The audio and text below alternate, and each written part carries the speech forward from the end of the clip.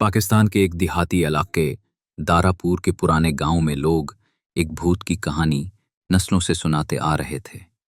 गांव के बुजुर्ग कहते थे कि रात के बाद करीबी जंगल में अजीब अजीब और डरावने वाकयात होते हैं। इस कहानी का हीरो एक लड़का है, आरिफ। वो निहायत बहादुर और खोज वाला था। उसे भूतों वाली बातों पर यकीन नहीं था, इसलिए वो हमेशा उन बातों का सबूत ढूंढने की कोशिश करता था। उसके दो दोस्त, शहजाद, जो बहुत जल्दी डर जाता था और उन सब बातों पर यकीन रखता था। सना, एक समझदार और बहादुर लड़की जो हर वक्त सच जानना चाहती थी। एक दिन शाम को सूरज गुरूब हुआ, अंधेरा फैलने लगा, तो तीनों ने फैसला किया कि वो जंगल जाएंगे और असल सच मालूम करेंगे। उन्होंने शलवार कमीज पहनी हुई थी और बाहर से बहादुर लग रहे थे, लेकिन अंदर से थोड़े घबराए हुए थे। जंगल में जाते जाते माहौल बदलने लगा, हवा रुक गई, परिंदे खामोश हो गए और जंगल में एक अजीब सी सन्नाटा छा गया। आरिफ ने कहा कि हमें उस जगह जाना है जहां लोग कहते हैं कि भूत रहता है। शहजाद को बहुत डर लग रहा था, पर वो दोस्तों के साथ आगे बढ़ा। सना ने उसे हौसला दिया।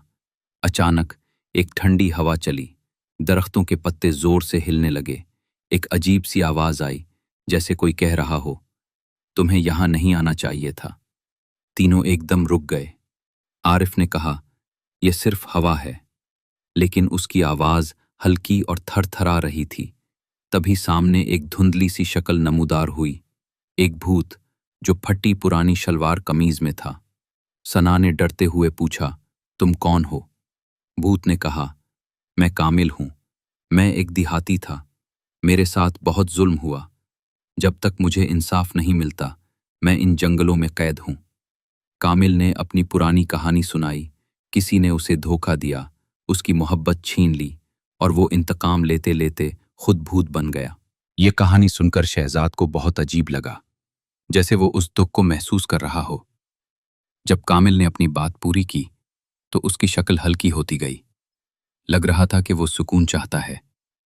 आरिफ ने वादा किया कि वो गांव जाकर लोगों को कामिल की बातें बताएगा और उसे इंसाफ दिलाने की कोशिश करेगा। अब उसे एहसास हुआ कि इसका तजस्सुस उसे एक बड़ा काम करने के लिए लाया था।